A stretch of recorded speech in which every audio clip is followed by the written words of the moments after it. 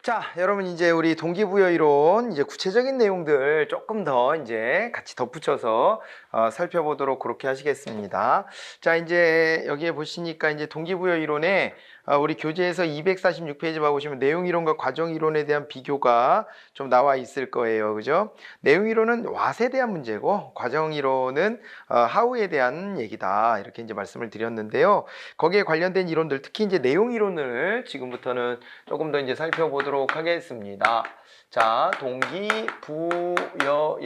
이론에서 이제 이 중에 내용 이론이에요. 내용 이론. 내용 이론의 중심은 이제 매슬로우가 돼야 된다. 그런 얘기를 했습니다. 매슬로우가 있는데요. 매슬로우의 욕구 단계 이론이에요. 욕구 단계 이론을 중심으로 보면 여기 밑에서부터 이제 생, 안, 사, 존, 자 이렇게 이제 올라왔단 말이에요. 그죠? 이렇게 되면서 특징은 밑에서 이제 욕구가 충족되면 위로 올라가는 것이고 한번 올라간 욕구는 밑으로 내려오진 않는다. 그런 얘기를 했어요. 그죠? 한번 올라가면 내려오진 않는다. 퇴행이라는 것은 없다. 동시에 발현된다는 것도 존재하지 않는다. 그래서 밑에 단계 충족됐을 때 어느 만큼 충족됐을 때 윗 단계로 올라간다라고 이제 얘기했던 것인데 이것을 조금 이제 비판하면서요, 계승하면서 또 비판하면서 이걸 좀 다듬어내면서 좀 압축하면서 했던 학자가 바로 이제 엘더퍼라는 학자가 있어요. 아주 대표적이죠. 엘더퍼가 매슬로우 이론을 응용하는 대표적인 학자입니다. 엘더퍼의 ERG 이론이다라고 얘기를 하는데요. 앞글자를 따가지고 ERG라고 한 겁니다. 여기에서. 그래갖고 이다 그랬을 때는 ERG 이렇게 되는데 이다 그랬을 때는 이게요 이제 존재의 욕구예요. 존재의 욕구라고 하는 게 이그지스트의 욕구가 있는 것이고 릴레이션의 욕구가 있습니다. 이것을 이제 우리가 관계 욕구다라고 이제 명명하고 있고 지는 그로스예요. 그로스여가지고 성장 욕구가 이렇게 있는 겁니다. 성장 욕구가 이 세 개의 단계 욕구가 있는데 아까 여기 보면 안전 욕구에 이제 두 가지를 나눴고 존경 욕구에 두 가지를 나눴었어요. 안전 욕구에 이제 아래쪽에 있는 것은 물리적인 안전이다. 이렇게 얘기를 했었고 그 다음에 위에 단계 안전은 어떤 뭐 생활 속에서의 안전이다. 생활 관계의 안전이다. 혹은 이제 직업적인 어떤 안정성 뭐 이런 것들을 얘기했단 말이에요. 이런 얘기를 했는데요. 여기 지금 존재 욕구와 관계 욕구의 경계를 이런 정도 선으로 좀 쪼개 보셔도 좋을 것 같습니다. 이런 정도의 존재 욕구는 생존 욕구, 여기 생리적 욕구에다가 안전 욕구 일부가 결합됐다. 존재 욕구는. 근데 이제 관계 욕구는 어떻게 되냐면은 여기 이제 생활 직업상의 안정성뿐만 아니라 여기 사회적 욕구도 다 들어오고요. 존경 욕구 중에서도 타인으로부터의 존경 요거를 추구하는 거 있잖아요. 요거까지가 딱 잘라보면 관계 욕구가 되지 않을까. 타인하고 관련된 거니까요. 그런데 존경 욕구 중에서도 자기 존중감 같은 게 있다 그랬고요. 또 그 다음에 또 하나가 자아 실현의 욕구. 이건 안 써도 되지. 자아 실현의 욕구. 이렇게 해가지고 그 위에 있는 두 가지가 성장 욕구에 해당된다. 이렇게 볼 수가 있습니다. 그래서 엘더퍼 이론의 특징은 있잖아요. 매슬로우 욕구 단계 이론을 계승하면서 비판적으로 이제 계승했다. 이렇게 이제 말할 수 있는데 비판적으로 계승했다라고 볼 수 있는데요. 이 속에서 찾아낼 수 있는 특징은 이제 단계를 축소했죠, 그죠? 단계를 단순화했다 이렇게 볼 수가 있습니다. 왜 그랬냐면은 엘더퍼가 봤을 때는 말이에요. 엘더퍼가 봤을 때는 욕구 단계가 중첩될 수 있다는 거예요.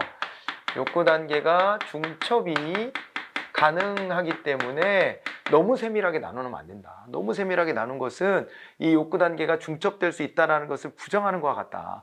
이렇게 이제 봤단 말이에요. 그래서 단계를 단순화하고 그 다음에 욕구 단계의 중첩 이런 부분들이 가능한 것을 그런 것들을 인정했고요. 그 다음에 또 이제 이 욕구의 어떤 그 공존 있지 않습니까? 욕구의 이제 동시 발현 같은 거, 동시 발현이라든가 아니면은 있잖아요. 요게 이제 퇴행 같은 거 있죠. 좌절과 퇴행이라고 얘기를 했는데요.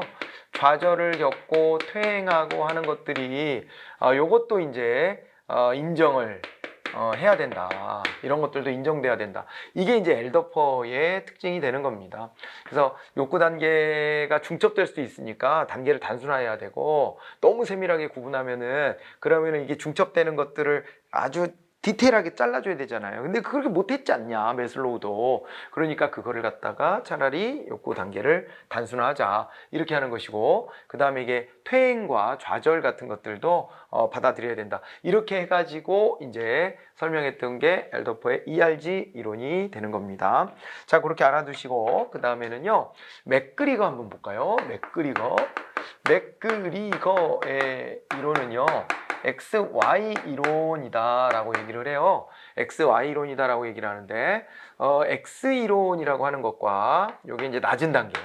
X 이론이라고 하는 것과 높은 단계의 Y 이론이라는 것을 구분을 합니다. 구분하는데, X 이론이다 그랬을 때 N은요, 여기에는 이제 X 이론적 인간관이 적용이 돼요.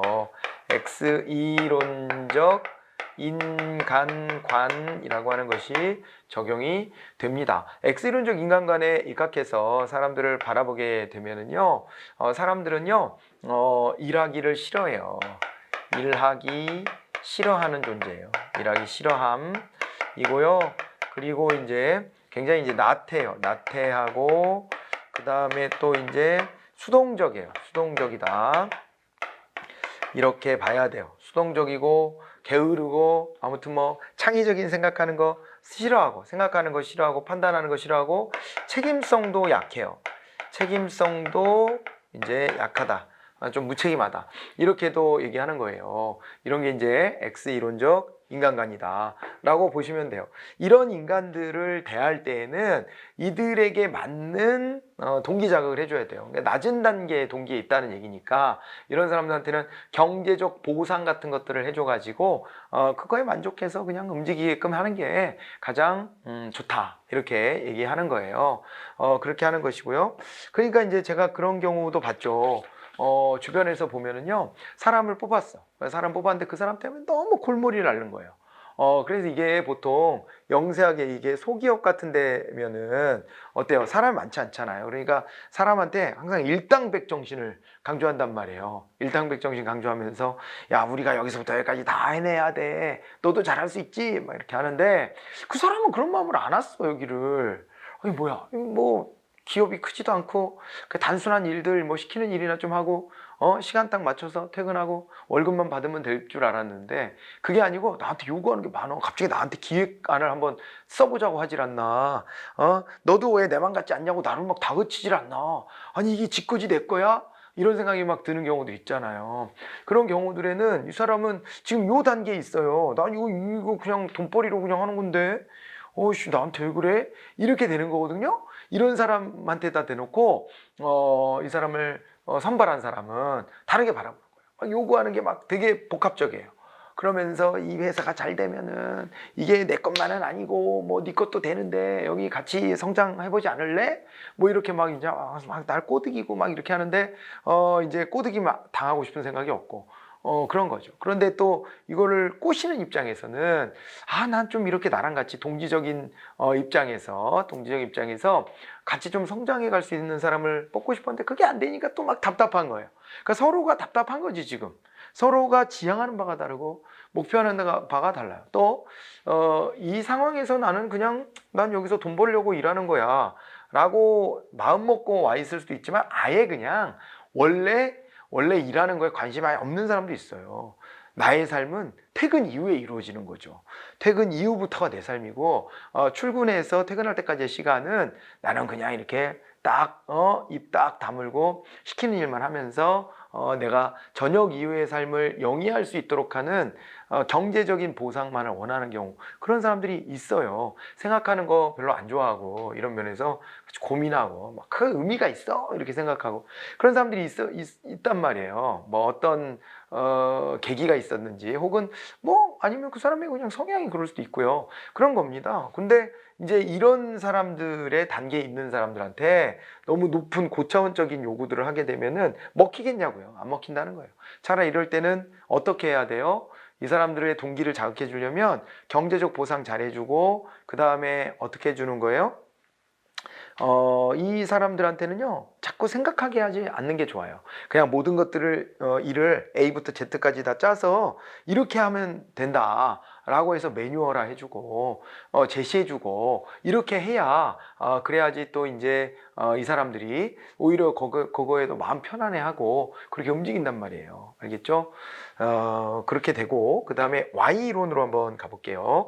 Y이론으로 가보게 되면, 여기는 어떻게 되냐면요, Y이론적 인간관이라고 하는 게 나와요. Y이론적 인간관. 여기 있는 인간은 조금 다르네요. X이론하고는 좀 달라요. 그래서 여기는 일하기를 좋아하는 사람이에요. 좋아함. 일하기를 좋아하고요. 부지런하죠. 부지런하고, 그 다음에 창의적이에요. 창의적이고, 솔선수범해요. 솔선수범하고, 그리고 또 어떻게 하냐면요, 자기 일에 대해서 책임감도 굉장히 높아요. 책임감도 높아. 내가 책임질 줄도 알아. 뭐 이런 게 이제 Y론적 인간이에요. 그러다 보니까 Y론적 인간이다 그랬을 때는 동기를 어떻게 자극해 줘야 돼요? 자꾸 이제 참여를 시켜야 돼요. 참여시키고 위임해주고, 스스로 알아서 하게끔 맡겨놔주고, 믿어주고, 이렇게 하는 게 필요합니다. 여기서는 이렇게 저렇게 막 간섭하고 이래라 저래라 하면은 이 사람은 오히려 이 조직을 떠날 가능성이 많아요. 왜냐면 이런 성향 가진 사람은 여기서 내가 뭔가 일을 찾아서 해보고, 그러면서 자기가 성장한다라는 그런 만족감 같은 것도 얻고 막 이러는 거거든요. 그런 걸 얻고 그러는 건데, 이걸 갖다가 자꾸 뭐, 야, 내가 시키는 대로 안 하고 너는 왜 네 맘대로 하니? 뭐 이런 얘기 들으면요, 아우, 여기선 내 발전을 도모할 수가 없겠구나. 내가 여기서 봐야 내가 성장할 수가 없겠구나 라고 생각하면 이 조직을 후딱 떠나버리려고 이렇게 마음을 먹게 되죠. 그래서 Y이론적 인간과 X이론적 인간의 동기 자극의 이제 그 수단이 좀 달라질 수 있다. 어떤 걸로 동기를 자극할 것이냐에 대해서 다르게 접근해 봐야 된다. 이런 얘기입니다. 맥그리거의 XY 이론이었어요. 자, 그 다음에는 또 누가 있냐면요, 아지리스가 있습니다. 아지리스가 있는데요. 미성숙, 성숙 이론, 이렇게 얘기를 해요. 성숙, 미성숙 이론이라고도 하고요. 아이고, 미성숙, 성숙 이론, 이렇게 이야기를 합니다. 미성숙, 성숙 이론인데, 여기 보면 인간은 말이에요, 아지리스가 봤을 때는 처음에는 미성숙하대요. 그런데 이 일을 계속 반복해서 숙달하고 전문성을 쌓고 막 이러다 보면은, 그러면 이제 성숙의 단계로 나아가게 된다는 거죠. 이제 미성숙에서 성숙의 단계로 나아가게 된다는 거예요. 사람은 이렇게 가게 되어 있고, 자체적으로도 성숙하게 되어 있지만은 한편으로는 또 성숙하게끔 만들어줘야 될 필요도 있다라고 봐요. 그런데 어떻게 하면 저렇게 성숙해지는 것이냐, 이게 있잖아요. 목표에 대한 도달이죠. 목표에 대한 도달, 실현, 뭐 이런 것들이 오게 되면은, 이런 것들을 통해서 이제 점점점 자기의 성취감 같은 것들이 생기고, 그 다음에 이 성취를 통해서, 여기 이제 성취들을 해나가다 보면은, 그러면 인간은 성숙해져 간대요. 그래서 낮은 단계 인간으로 머물러 있는 게 아니라 보다 이제 고차원적인 욕구들을 막 발현하고, 이거를 이제 내 걸로 만들려고 이렇게 하게 되고, 바뀌는 거예요, 사람이. 그러니까 맥그리거는 이 두 개의 인간관을 나눠서 봤지만, 여기 아지리스가 봤을 때는 이 단계 사람들이 머물러 있는 것이 아니라 이 단계로 출발했더라도 나중에는 Y론적 인간으로, 그러니까 여기서는 이제 물론 표현을 미성숙과 성숙으로 했지만, 이 성숙된 인간으로 올라서게 된다는 거예요. 올라서게 되는데, 이게 이제 개인의 성숙과, 요 안에서 이제 봐야 되는 게, 자, 개인의 성숙과, 그 다음에 이제 조직의 요구 사이에 부조화가 있는 거예요. 이 모순이 있다는 거예요. 이게 이 모순이 발생한다. 이 둘 사이에 모순이 발생한다. 이런 얘기인데요. 개인이 성숙해져 가면 그 개인에게는 어떤 이제 반복적인 업무를 계속 맡길 것이 아니라 보다 또 이제 자아를 실현해 나갈 수 있는 무언가를 던져줘야 되는데 그런 거를 못 한다는 거예요. 그러다 보니까 이게 이제 악순환에 빠지게 된다. 악순환에 빠지게 되는데 어떻게 되냐면은 개인이 미성숙한 상태에서는 조직이 어떻게 생각하겠어요? 이 개인들은 말이야 스스로 지들이 일을 찾아서 하는 게 아니니까 매뉴얼을 주고 매뉴얼대로 움직이게 해야지. 그리고 줬어. 줬더니 막 그걸 익히다 보니까 막 성취감도 생기고 막 이러다 보니까 막 성장해가지고 이제는 뭔가 내가 기획도 해보고 싶고 아는 게 많아지니까 또 보이는 시야도 넓어지고 그러니까 그거를 잘 막 구현해보고 싶고 막 이런 욕망들이 막 이렇게 막 올라오는데 그런데 조직에서는 이미 이거를 갖춰진 틀 속에다가 사람들을 차자자자자자작 배치해놓고 조직화해놓고 그래놓고 왜 이래? 너는 이 일만 하면 돼? 라고 자꾸 이제 그 안에 가둬버리려고 한다는 거죠. 그러다 보면 사람이 막 뚫고 나가고 싶은데 이거 너무 여기 내가 갖춰져 있는 공간이 협소해 보이고 이렇게 되면은 이 조직을 이탈하고 싶어하고 이런 관계가 맺어진다는 거예요. 그러다 보니까 개인적 성숙과 조직의 요구 간에 모순이 있고 이걸로 이제 악순환이 올 수도 있다. 이렇게 이제 설명했던 게 아지리스예요. 그래서 사람이 미성숙 단계에 있을 때는 뭔가 이렇게 다 A부터 Z까지 짜주고 먹여주고 이렇게 해야 될 필요가 있겠지만 이 사람이 성취를 해가지고 성숙한 단계에 도달하게 되면은 그러면 그때는 거기에 걸맞는 어떤 그 액션들이 또 취해져야 된다. 이런 것이죠. 그죠? 네, 구분이 되어져야 된다. 이렇게 봐두시면 됩니다. 아지리스의 미성숙, 성숙 이론 이런 게 있고요. 그 다음에 이번에는요. 허즈버그 시험 잘 나오는 사람이에요. 허즈버그는 뭐라고 얘기를 하냐면요. 욕구 충족 요인이 이원화돼 있대요. 이원론 그렇게 얘기를 해요. 욕구 충족 요인 이원론이다 이렇게 이제 얘기가 되는데 이 허즈버그 같은 경우에는 이걸 이렇게 나눠요. 자 보세요. 기존의 어떤 접근 방법, 기존의 이론은 이렇게 봤대요. 기존 이론을 이제 부정하거든요. 기존 이론을 부정하고 새로운 관점을 제시할 건데요. 기존 이론은요 이랬대요. 사람들한테 불만이 있다 이렇게 되면 불만이 있을 때 이거를 이제 제거해주면 불만을 제거해주면 만족이 이제 생긴다. 만족이 생긴다 이렇게 이제 보시면 돼요. 만족이 생기는 것인데 그런데 이제 이게 어떻게 되냐면은요. 불만이 있을 때 불만을 제거해주면 만족이 이제 살아난다 이렇게 이제 봤던 것인데 그런데 이제 이게 말이에요. 이거를 부정하고 어떻게 하냐면은 허즈버그가 이렇게 가는 거죠. 이 두 가지로 욕구 충족 요인을 두 가지로 이제 나누어 버렸어요. 두 가지로 나누었는데 어떻게 됐냐면은 이게 있잖아요. 불만 요인이 있고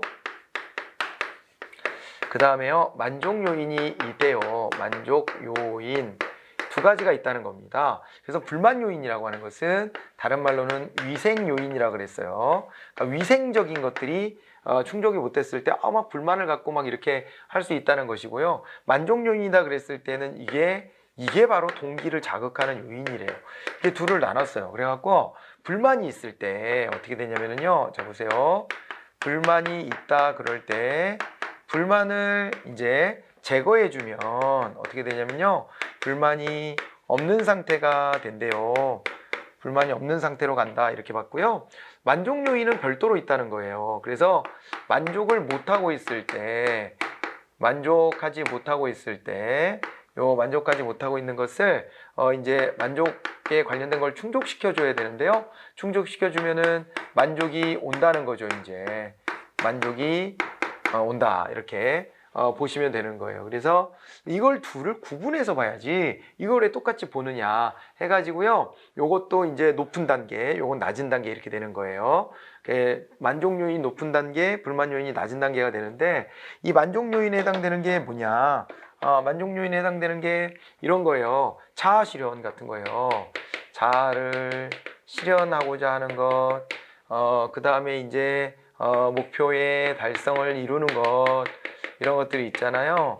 그 다음에 막 이렇게 존경받는 거 그리고 막 이렇게 또 그 속에서 만족 요인에 이런 것도 들어가요. 이 승진 같은 거.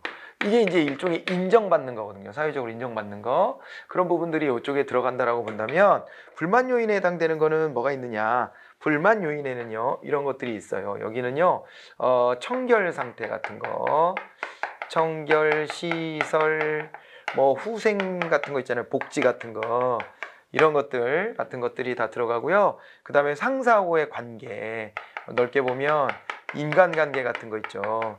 인간관계 같은 게 들어가고요. 그 다음에 뭐 보수 수준 같은 거 있잖아요. 이런 것들이 낮은 단계라는 거예요. 이런 게 이제 불만 요인에 해당된다. 이렇게 나눠서 봤어요. 나눠서 봐가지고 그래가지고 이렇게 해서 허즈버그도 낮은 단계, 높은 단계를 구분해서 이야기했다. 이렇게 보시면 되고요.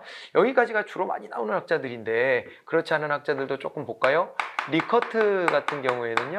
리커트 같은 경우에는 이제 체제를 나눠서 봤는데 체제 1, 체제 2, 그 다음에 체제 3, 그리고 체제 4, 뭐 이런 식으로 나눠서 봐요. 이렇게 나눠서 보는데 밑에 있는 게 권위형이에요. 아래쪽에 있는 게, 이쪽에 있는 게 이제 권위형이다 이렇게 볼 수 있는데요. 권위형, 일방적으로 지시하고 명령하고 하는 거죠. 힘도 상층부에만 딱 있는 건데 이게 체제 1이다 그랬을 때는 어떻게 되냐면요, 요게 이제 수탈적 권위형이라고 해요. 수탈적 권위형이라 그래가지고 요거 같은 경우에는 이제 아예 강압해 버리는 거죠. 그렇게 하는 것이고, 체제 2다 그랬을 때는 권위형이긴 하지만 온정적 권위형이다 그래가지고 이제 이 구성원들의 입장이나 이런 것들도 좀 생각하면서, 그러나 아직은 권위형이다 이렇게 이제 얘기할 수 있는 단계이고요. 체제 3, 4다 그랬을 때는 민주형이다 이렇게 얘기를 해요. 민주형이다 라고 생각해서 이들을 막 이제 참여시키고 이들의 의견을 반영하고 이들을 믿고 이제 위임하고 뭐 이런 이제 단계들이 되는 거죠. 그래서 요거를 이제 리더십 이론에서도 리커트 얘기를 할 수도 있지만 이렇게 이제 또 동기부여 이론에서 설명하기도 한다 라고 봐두시면 좋을 것 같습니다. 아시겠죠? 예, 그렇게 되고요. 그 다음에 있잖아요. 또 누가 있냐면은 리커트도 있고, 그 다음에 뭐 다른 학자들도 좀 이렇게 있을 수 있는데, 우리가 보면은요, 요거는 좀 부수적인 것들이라 곁가지로 좀 나가 있을 거예요. 나머지 요거 설명 안 해도 되겠죠? 여러분들이 한번 읽어보시고 그렇게 해서 정리를 해보시면 되고요. 여기를 한번 볼게요. 맥클리랜드의 성취동기 이론 250페이지에 거기 이제 6번까지 지금 했죠? 리커트 관리체계 이론 이렇게 해가지고 이제 얘기를 했고, 그리고 이제 맥클리랜드가 이제 나와 있어요. 맥클리랜드를 먼저 볼까요? 맥클리랜드다 그랬을 때는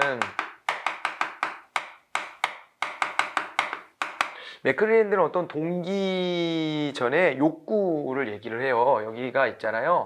욕구를 제시하고 욕구에 따라서 여기 이제 동기가 자극된다 이렇게 이제 보시면 되는데, 욕구가 세 가지가 있어요. 세 가지가 있는데요. 어떤 욕구가 있냐면은 이제 소속에 대한 욕구가 있고요. 소속에 대한 욕구가 있고, 그 다음에 또 이제 권력에 대한 욕구가 있대요. 권력에 대한 욕구가 있고, 그 다음엔 또 뭐가 있냐면요, 성취에 대한 욕구가 있대요. 성취에 대한 욕구가 있다 이렇게 이제 볼 수가 있는데, 여기에서 이제 동기들이 자극이 되는 거죠. 여기 이제 소속 동기가 있고요. 그 다음에 여기 이제 권력 욕구에서 권력 동기가 나타나고요. 권력 동기. 그 다음에 또 뭐가 있냐면 성취 욕구에서 성취에 대한 이제 동기가 나타나는 거예요. 나타나는데요. 여기서 맥클리랜드가 제일 중시했던 거는 역시 이 성취 동기가 됩니다. 성취 동기. 성취 동기가 돼요. 그래서 이 성취 동기라고 하는 것은, 성취 동기라고 하는 건 성취 욕구에서 나오는 건데, 조직의 이제 효율성을 달성하려면 이 성취 동기가 매우 중요하다. 이렇게 이제 봤던 거죠. 여기요. 조직의 효율성. 효율성 달성을 위해서는 이렇게 성취 동기가 자극되는 것이 필요하다 이렇게 보셔야 된다는 겁니다. 알겠죠?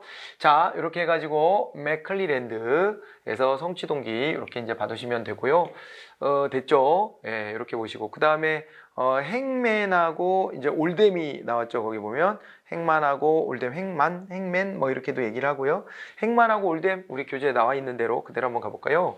여기다 플러스해서 이제 행만하고 올댐이 있어요. 이 행맨과 올댐 같은 경우에는 말이에요, 이제 동기지수를 만들어냈습니다. 이들이 동기지수라고 하는 것을 표현했는데요. 동기지수에는 이런 게 있대요. 자, 여기 보면 좀 좁아서 저 앞으로 좀 갈게요. 네, 여러분들은 그냥 필기하던 데다 하시면 돼요. 저 이쪽으로 가볼게요. 여기다가 한번 해보겠습니다. 그래서 행만하고 올드입니다. 했는데요. 행만과 올드엠의 이 동기지수를 보게 되면 동기지수는 어떻게 되냐면요. 기술의 다양성 같은 거. 기술의 다양성이 얼마나 있느냐. 내가 하는 일이 기술의 다양성이 얼마나 있느냐. 그 다음에 있잖아요. 더하기. 이 직무에 있잖아요. 정체성. 직무의 정체성이 어떻게 되느냐. 이 부분하고요. 그 다음에 직무의 중요도.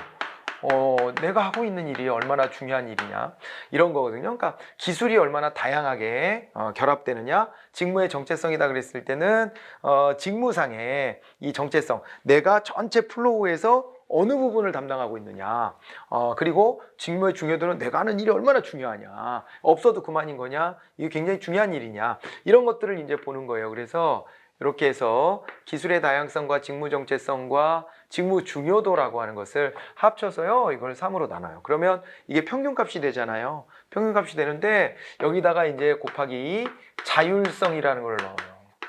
자율성. 곱하기면 이게 동기지수에 굉장히 크게 작용하겠죠. 곱해버리니까. 그래갖고 이제 자율성, 얼마나 자율성이 주어지느냐, 이거 되게 중요하다고 봤고요. 동기 자극되려면 아무래도 자율성이 커야 되지 않냐. 그러니까 좀 높은 단계로 보는 게 이런 건 거죠. 자율성 같은 거. 그리고 또 뭐가 있냐면요, 환류가 있어요. 환류까지 포함해 가지고요. 요것도 곱하기로 계산을 합니다. 이렇게 해서 동기지수를 이제 산출했다 이렇게 볼 수가 있어요. 행만과 올드엠 이렇게 해가지고요. 서로 비교를 좀 해보시고요. 마지막 남은 게 이제 Z 이론들인데, Z 이론들은 뭐 시험에서 진짜 거의 잘 안 보여요. 안 보이는데요.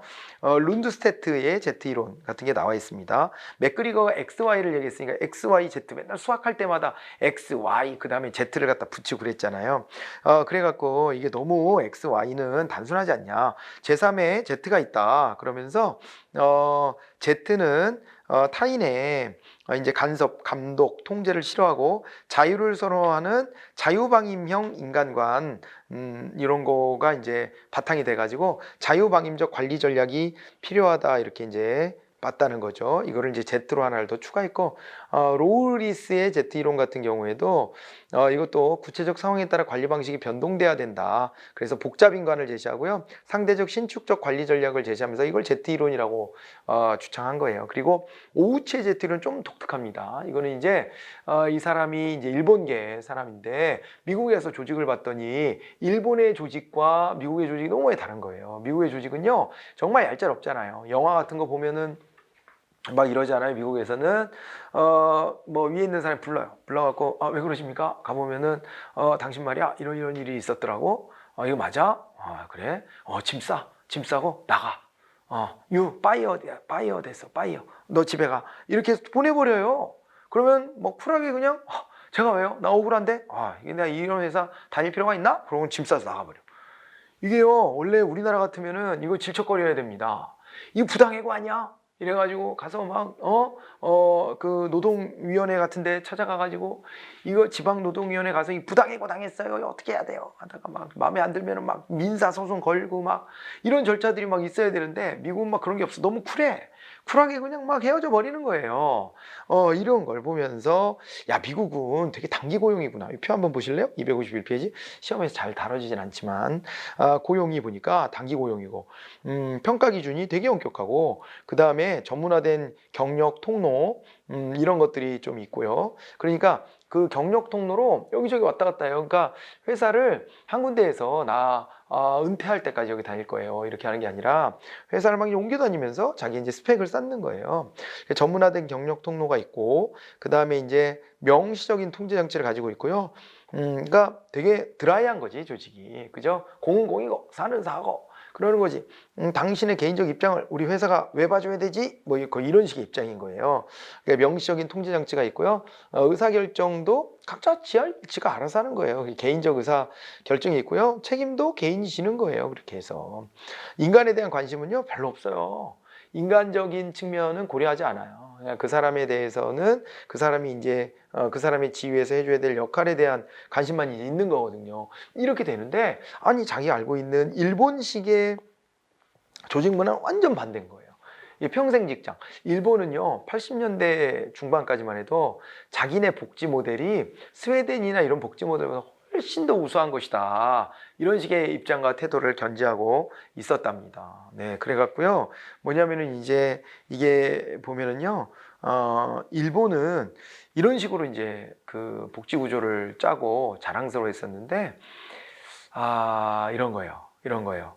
일단은요, 정부는 큰 기업들이죠. 대기업들. 이런 데들이 망하지 않도록 잘 지원을 해줘요. 그렇게 하면은 그 기업들이 또 어때요? 자기네들의 2차 벤더, 3차 벤더 이렇게 해가지고 그 밑에 하청업체들 이런 데들 있잖아요. 이런 데들을 또 케어해요. 케어하면서 서로 이런 어떤 그 벤더들이 형성돼 가지고 그 안에서 같이 이제 공존해 나가게 하고요. 그 다음에 거기에 이 고용된 사람들을 전부 다 종신 고용을 해주는 거예요. 종신 고용을 해주면 한 가장이 나가가지고, 가장이란 표현도 요즘 시대는 좀 안 맞는 표현이기도 하지만 어쨌건 가장이 나가서 돈을 벌면 그러면은 이제 그 사람의 벌이를 가지고 한 가족이 다 같이 해피하게 살아갈 수 있다라고 보는 거예요. 이런 이제 구조를 가지고서 종신고용 같은 것들을 해주고, 그러고서 여전히 그렇잖아요. 가업 정신 막 이런 것도 있고 되게 그러지 않아요? 일본 같은 경우에는. 자, 그래갖고 이렇게 종신고용 해주고, 그 다음에 엄격한 평가를 하긴 하지만은 이제 느린 승진, 이런 것들이 있어요. 왜냐면 종신고용이잖아요. 그리고요, 이제, 종신고용돼 있다 보니까 이것저것 여러 가지 일들을 이렇게 많이 하게 되고, 그렇게 되고 비전문적 경력 통로를 갖게 된다, 이런 표현을 쓰는 거예요. 그리고 이제 공식적인 통제뿐만 아니라 비공식적인 통제, 암묵적인 통제도 매우 중요하다, 이렇게 보는 거고요. 그 다음에 이제 집단적인 의사결정, 이런 것들을 또 중시해요. 왜냐하면 우리잖아요. 이제 여기는 우리 가족이야. 이 회사도 하나의 가족 같은 개념이 되는 거예요. 요즘에는 그냥 회사가 가족 같은 분위기가 아니라 가족 같은 분위기. 아무튼 뭐 그렇게 되는데, 그런 경우도 많잖아요. 사람을 하나의 도구처럼 여기고, 그러니까 미국이 좀 그랬던 거죠. 도구처럼 여기고, 이게 도구로서 효능감이 있을 때는 뭐 우리가 하나의 가족이고 우리가 다 같이 잘 되는 거예요. 그러다가 잘 되면 지가 잘해서 잘한 거고, 이제 쓸모가 없어진다 그러면 새로운 사람 딱 발굴해가지고 그 사람도 쪽 이렇게 하는 경우들도 많아요, 실제로. 그래서 그런 어떤 그 미국식의 조직 말고 일본식의 조직은 그렇지 않았었어요. 진짜 가족 같은 분위기, 이런 것들이 있어가지고 집단적 의사결정을 하고 집단적으로 책임지고, 그렇게 되기 때문에 그 사람하고 평생 같이 가는 거라서 그 사람의 개인사, 뭐 그 사람의 뭐 어떤 뭐 고민, 이런 것들도 같이 생각해 보고 같이 감당해내고 이렇게 했었단 말이에요. 그렇게 했던 것이 있었는데, 일본이 지금은 안 그렇죠. 지금 옛날 같지는 않습니다. 왜 그러냐면은 이게 무너졌어요. 80년대 후반부터 그 뭐 경제적인 뭐 사건이 있긴 했습니다만은 아무튼 간에 일본이 아주 승승장구하고 자신만만했던 그런 이 경제 성장이나 경제력이 조금씩 이제 힘들어지죠. 힘들어지면서 일본은 장기 경기 침체. 그래서 보통 경기 과정을 이렇게 U자형으로 왔다리 갔다 왔다 갔다 이렇게 설명했잖아요. 이렇게 올라갔다 떨어졌다 올라갔다 떨어졌다 U자형으로 도는데, 일본은요 이렇게 쭉 떨어지더니 80년대 후반부터 쭉 떨어지더니 띠 운명하셨습니다. 뭐 이런 단계로 가고 있는 거예요. 그래서 이게 반짝 좀 올라가는 척 하다가 오 살아나나 오띠. 일본 경제가 그래요. 그럼에도 세계 막 2등 3등 지금 한 3등 4등 3등 4등 하니까 대단한 저력이 있었던 나라인 거 분명하고, 여전히 그 저력을 무시할 수는 없는데, 일본은 하향 곡선인 건 분명해요. 일본은 이건 여담입니다만은 그걸 보여주는 게 어떤 지표가 있냐면요, 세계 주가가 있잖아요. 주가가 내가 산 주식은 항상 떨어지지만은 시가총액 같은 거 있죠. 주가가 떨어진 데가 없대요. 주식이라고 하는 것은 항상 오르는 거지 떨어지는 게 아니라는 거예요. 근데 이제 개별 종목으로 들어가면 내가 산 주식은 항상 떨어지니까 그게 문제긴 합니다만은 그렇지만은 아무튼 간에 있잖아요. 그렇게 해서 주가라고 하는 것은 전체적으로는 지수가 올라가기 마련인데 일본은 세계에서 유일하게 전체 이제 주가가 떨어진 나라다. 주가가 떨어진 나라다. 이렇게 이제 봅니다. 예, 그게 일본이에요. 그래가지고 일본이 이제 그렇게 어려워지게 됨에 따라서 지금은 이제 이런 조직을 못 하는 거죠. 그래서 오우치가 봤을 때는 미국 내 일본식 경영 이 둘을 좀 뒤섞는 모델 같은 것들을 좀 제시했다. 그래서 어떤 거는 미국식으로, 어떤 건 일본식으로, 어떤 건 절충적으로 이렇게 하자라고 얘기했다는 거예요. 이거 시험에 잘 안 나온다면서 내가 왜 이렇게 길게 말하고 있지? 빨리 넘어가야 되겠어요. 자, 그래서 이제 이런 식으로 Z이론까지 이렇게 보시면은 됩니다. 자, 이제 과정이론으로 좀 들어가 봐야 되겠어요. 내용이론은 이만큼 하시면 될 것 같아요. 한 판에 제가 좀 예쁘게 나온 것 같은데 여러분들 잘 정리됐죠? 네, 이렇게 정리를 해두시고 그 다음에 이제 과정이론이에요. 과정이론. 무엇으로 동기를 자극할 것인가의 문제가 아니라 이제는 어떻게 동기를 자극할 것인가의 문제로 한번 가보도록 그렇게 하시겠습니다. 근데 앞에서 가장 시험 많이 나오는 것을 앞전 시간에 제가 정리를 해드렸거든요. 그죠? 정리를 해드려가지고 지금은 이제 나머지들 좀 채워드리는 거 정도를 좀 해보면 될 것 같습니다. 네. 자, 잠깐만 기다려주세요. 깔끔하게 지우고 들어갑니다. 자, 여기서 이제 과정이론이요. 과정이론. 어떻게 해가지고 요 이제 동기를 자극할 것이냐 그랬을 때 가장 중요한 게 이제 뭐라 그랬었냐면은 바로 이 동기부여를 할 때 무엇을 가지고 해야 되냐 그랬을 때 거기에서 있잖아요. 기대감을 자극해 주는 게 필요하다 이렇게 얘기를 했었죠. 그게 제일 중요하다 그랬어요. 기대 이론이라고 얘기하면서 그러면서 이제 여기서 네 명의 학자를 좀 봐보자. 그 중에 제일 대표적인 게 브룸이다. 브룸이고 브룸 같은 경우에는 어떻게 된다 그랬어요? 브룸의 기대 이론의 기대지수. 여기도 기대지수가 나오죠. 이게 이제 맨 앞에 이제 기대감이 있었어요. 기대감이 있었고 그 다음에 이제 수단성이라는 게 있었고 그 다음에 여기 이제 유인가, 유의성이라는 게 있었습니다. 이걸 곱해서 계산하는 것이다 이렇게 얘기를 했었고요. 그 다음에 또 이제 누가 있다 그랬냐면 포터와 롤러예요. 포터와 롤러가 있는데요. 포터와 롤러의 업적 만족 이론이라고 얘기를 합니다. 업적 만족 이론이다 라고 얘기를 해요. 업적 만족 이론 이렇게 되는데 포터와 롤러의 업적 만족 이론이다 그랬을 때는요. 기존에 여기도 봐보세요. 기존의 어떤 이 접근 방법 기존의 이론이 어떻게 돼 있었냐면 기존 이론은 이게요 만족감이 있으면 업적을 쌓을 수 있다 이렇게 봤어요. 그러니까 사람들 칭찬해주고 잘한다 해주면은 그러면은 만족감이 막 오고요. 또 혹은 또 자기가 좋아하는 일하고 이렇게 되면 만족이 오니까 그거를 통해서 이제 업적에도 도달하게 된다.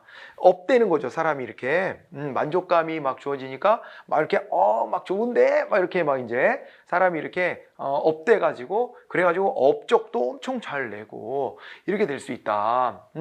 예, 칭찬은 고래도 춤추게 한다. 이런 식의 생각을 하고 있었는데 이걸 부정하는 거예요. 포터와 롤러도 이게 아니라는 겁니다. 포터와 롤러는요 어떻게 봤냐면은 기존 이론을 이제 부정하고 이렇게 표시할까요? 기존 이론을 부정하고 이렇게 봤어요. 이 업적을 통해서 만족을 이룬다. 이렇게 봤습니다. 예, 업적을 달성해야 그래야 어떻게 되는 거예요? 그래야지 만족감이 오지. 어떻게 먼저 만족을 하니? 이런 거예요. 그래서 포터와 롤러가 제시하는 이론에 따르면 작은 성취들을 계속 해내야 되는 거예요. 그죠? 성취를 반복해 가면 그러면은 이제 거기에서 이제 만족감이 올라가게 돼 있다라고 하는 겁니다.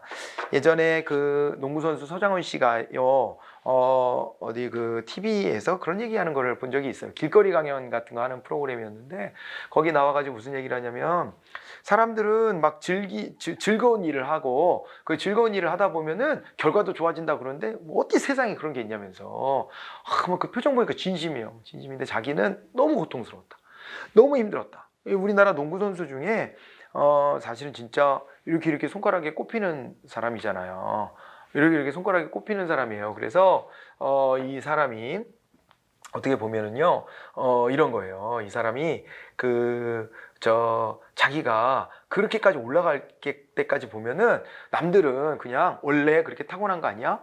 뭐 타고난 게 사실은 있죠. 타고난 게 있죠. 운동이야말로 자 기본적인 어떤 피지컬도 좀 돼야 되고 그 다음에 운동하고 좀 적성도 맞아야 돼. 좀 뭐 여러 가지가 있는데 아무튼간에 그런 것도 있겠지만은 그런 것만으로 이루어지지 않았다는 거죠. 자기는 그 자리까지 올라가기 위해서 하루에 내가 쏜 슛이 몇 개냐. 뭐 이런 얘기를 하는 거예요. 이분 같은 경우에는 진짜로 옛날에 제가 한때 농구를 봤을 때가 이분이 막 활약할 때인데 그때 보면은요 이 사람이 어디 대표 선수로 나가면 되게 믿음직해요. 우리나라가 피지컬 아까 얘기했는데 우리나라 선수들이 작잖아요. 작으니까 이게 센터감이 잘 없고 기존의 센터는 그냥 키 크면은 골 밑에 이렇게 있다가 공 던져주면 이렇게 탁 받아갖고 골 밑에서 쓱 넣고 이런 정도만 했었어요. 센터가. 그런데 그 센터가 골 밑을 지키는 걸 센터라고 하는데 그 서장훈 같은 센터가 나타나면서는요 달라졌죠. 네, 이분은 밑에서 이렇게 공을 받아서 넣는 것도 당연히 하지만 키가 2m 5거든요. 그런 것도 하지만은 여의치 않으면 상대방들이 막 다 에워싸고 이렇게 할 거 아니에요. 그러면요 이렇게 막 뛰어나가 가지고요 외곽에서 공을 받아서 3점 슛도 넣고 막 미들 슛도 넣고 이런 거를 막 자유자재로 막 했던 사람이에요. 그러니까 그냥 단순한 센터 역할, 몸싸움 잘하고 막 버텨주고 이런 것만 하는 게 아니라 밖으로 나가가지고 필요할 때 한 방을 막 꽂아주고 이런 거를 하고 그러니까는 이제 엄청난 이제 믿음을 주죠. 근데 그게 가만 생각해 보니까 진짜 그렇게 하려면 몸이 이렇게 크고 이런 사람은 이 민첩성이 떨어지잖아요. 당연히 민첩성이 떨어지는데도 그거를 막 노력해서 극복해내고 그 다음에 자유자재로 어느 위치에서나 슛을 쏠 수 있게끔 다듬은 거예요. 물론 전문 3점 슈터 이런 사람들보다야 좀 3점 슛의 정확도는 좀 떨어지지만 센터가 밖으로 나가서 3점 슛을 넣을 수 있다라고 하는 기대감을 줄 수 있다는 건 대단한 일이에요. 대단한 일인데 그런 걸 하기까지 자기는 피를 토하는 고통을 다 감내해냈다는 거예요. 그래서 성취를 이뤘기 때문에 만족감이 온 거지 어떻게 만족해서 성취가 오냐 이거예요. 이건 우리한테도 주는 시사점이 굉장히 커요. 여러분 봐보세요. 여러분들도 지금 피나는 고통 속에 놓여져 있는 거예요. 많이 힘드시죠? 많이 힘들 거예요. 그래서 어떨 때는 막 내 감정선이 왜 이러지? 막 이렇게 고민될 때도 있을 거예요. 막 이렇게 조울증 막처럼 어쩔 때는 막 이렇게 그래 이렇게 하면 될 것 같아 막 하다가 갑자기 막 다운돼 가지고 내가 왜 이러고 있지? 이거 한다고 될까? 막 이렇게 막 고민도 들고 막 이럴 거거든요. 그런 걸 부름에 맞춰서도 우리가 생각해 볼 수도 있지만, 우리가 또 이렇게 포토롤러의 생각에도 부합해서 정리를 해볼 수 있어요. 이게, 이렇게 원래 고통스러운 과정이구나 라는 것을 우리가 다 같이 그냥 알자고요. 알면 조금 더 그래도 버틸 수 있는 에너지가 생길 수 있어요. 이게 힘든 거야. 원래 힘든 거예요.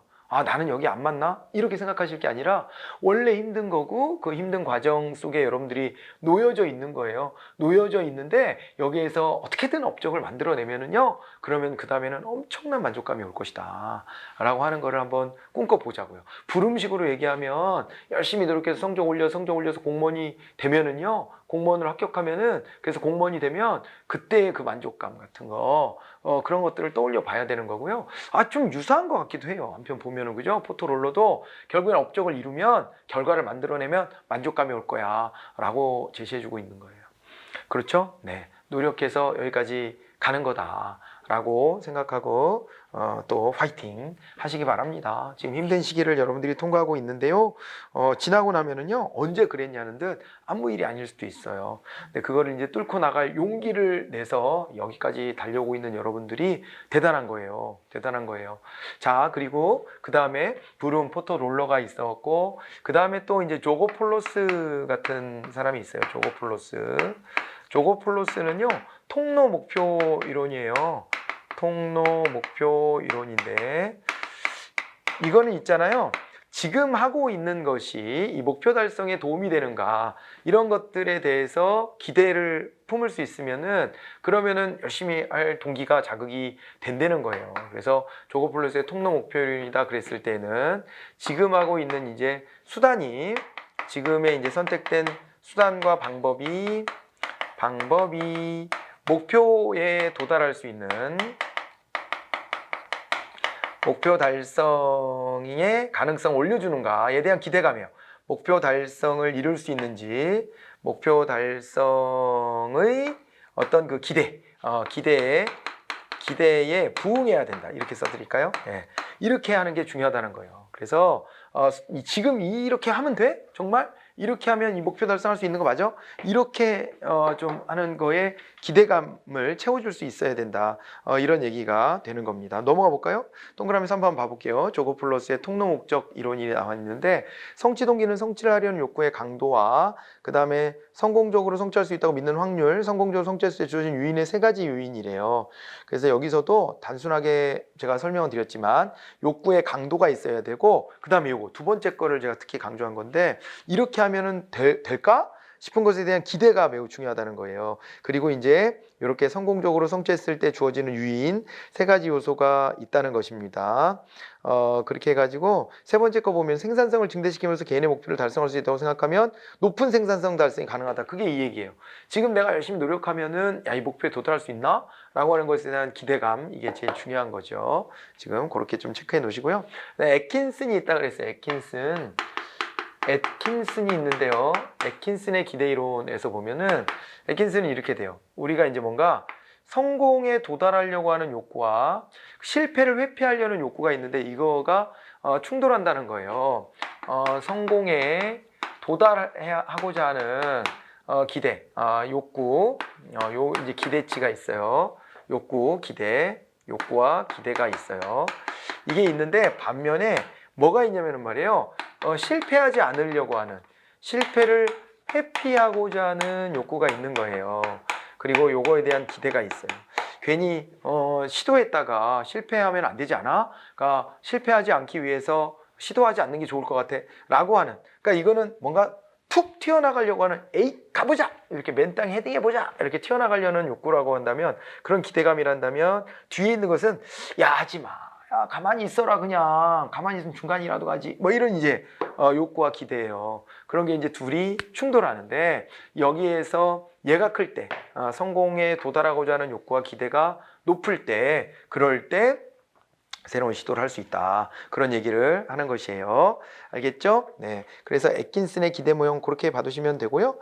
자, 그 다음에 아담스의 이제 공정성 이론도 얘기를 했었고요. 그죠? 아담스의 형평성 이론 내지는 공정성 이론이라고 얘기했어요. 공정성 이론. 요거는 뭐라 그랬어요? 네, 요거는 이제 불공정하다고 느낄 때, 공정하지 못하다고 느낄 때 오히려 이제 동기가 자극된다, 이렇게 얘기를 했습니다. 자, 그랬고 그 다음에 학습 이론이 있습니다. 학습 이론은 다른 말로는 이제 강화 이론이라고도 얘기를 해요. 강화 이론, 순치 이론, 이런 얘기를 쓰는데, 이 학습 이론은 이렇게 가는 거예요. 이 두 가지로 나눠서 보겠습니다. 어떤 행동을 계속하라고, 행동을 유인하고자 할 때와, 그 다음에 행동을 억제하려고 할 때가 있어요. 행동의 유인 이제 방법이 있고요. 그 다음에 이제 어떤 행동을 하지 않도록 행동을 억제하기 위한 방법이 또 있다는 거예요. 이렇게 나눠서 보실 수가 있는데요. 행동의 유인 방법과 행동의 억제 방법이 있다, 이렇게 이제 보는데, 행동의 유인 방법에 크게 두 가지가 있어요. 여기서 이제 강화라는 얘기를 하는데, 어떻게 하냐면요. 적극적인 강화가 있고요. 적극적 강화가 있고, 그 다음에 소극적 강화가 있어요. 소극적 강화가 있다, 이렇게 이제 보시면 되는데, 적극적 강화다 그랬을 때에는, 적극적 강화는 어떻게 되냐면요, 이거는 인센티브 있죠. 인센티브를 부여해 주는 거예요. 그 행위를 하면 인센티브를 줘버리는 거고요. 소극적 강화는 뭐냐면 그한테 주어지는 페널티라고 느끼는 것들 있잖아요.